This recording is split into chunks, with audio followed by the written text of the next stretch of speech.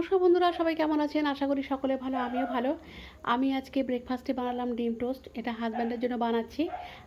আমিও ডিম টোস্ট খাবো, কিন্তু পরে বানাবো। আর ছেলের জন্য ম্যাগি বানিয়ে দিয়েছি। ছেলের খাওয়া হয়ে গেছে। তো এখন আমি এই টোস্ট হাজব্যান্ডকে দিতে যাচ্ছি, ও ঘরে আছে। তারপর আমি রান্না শুরু করব। আজকে রান্না করছি টক ডাল, আমড়া দিয়ে মুসুর ডাল করছি, ভাত। আর এখানে মাছের মাথা, পাবদা মাছ আছে। মাছের মাথাটা শাক দিয়ে করব, পাবদা মাছটা ঝাল করব। মাথাগুলো ভেজে নিয়ে শাকের মধ্যে দিয়ে দিয়েছি। শাকটা রান্না হয়ে গেছে। এটা আমি এর মধ্যে বেগুন আর আলু দিয়েছি, আর মাছের মাথা দিলাম। শাকটা হয়ে গেছে। এখন নিয়েছি সাদা সর্ষে পোস্ত, আর এর মধ্যে 2 টেবিল স্পুন টক দই দিয়ে দেবো, দিয়ে একটা পেস্ট বানাবো।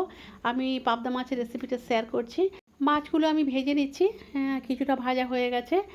আর মাছ ভেজে তুলে বাকি তেলের মধ্যে সর্ষে, শুকনো লঙ্কা, কাঁচা লঙ্কা ফোড়ন দিলাম, আর পেস্ট যেটা বানিয়েছিলাম সেটা দিয়ে দিলাম। অল্প একটু জলও দিলাম। গ্যাসটা লোতে করা আছে। একটু ভালো করে নাড়াচাড়া করে নিলাম।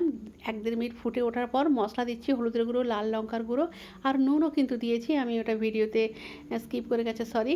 আর তারপর নাড়াচাড়া করে একটু ঝোলটা ফুটে ওঠার পর মাছগুলো ছেড়ে দিলাম। দিয়ে আবারও 1-1.5 মিনিট রান্না করে নেব। এই যে দেখুন, 1-1.5 মিনিট পর আমি অন্য একটা প্লেটে ঢেলে ফেলছি। হয়ে গেছে আমার পাবদা মাছের রেসিপি। খেতে কিন্তু দারুণ হয়েছিল। তো কেমন হয়েছে জানাবেন। আর সন্ধ্যাবেলা সন্ধ্যা দিলাম, তারপর চা খাচ্ছি। ছেলে এনে দিয়েছে আমাকে ঝালমুড়ি। ঝালমুড়ি আর চা খাচ্ছি। এই যে দেখুন, চায়ের মধ্যে কিন্তু আমার ফ্যানের ছবিটা পড়েছে, ঠিক আছে। তো যাই হোক, আজকের ব্লগটা এই পর্যন্তই। সবাই খুব ভালো থাকবেন।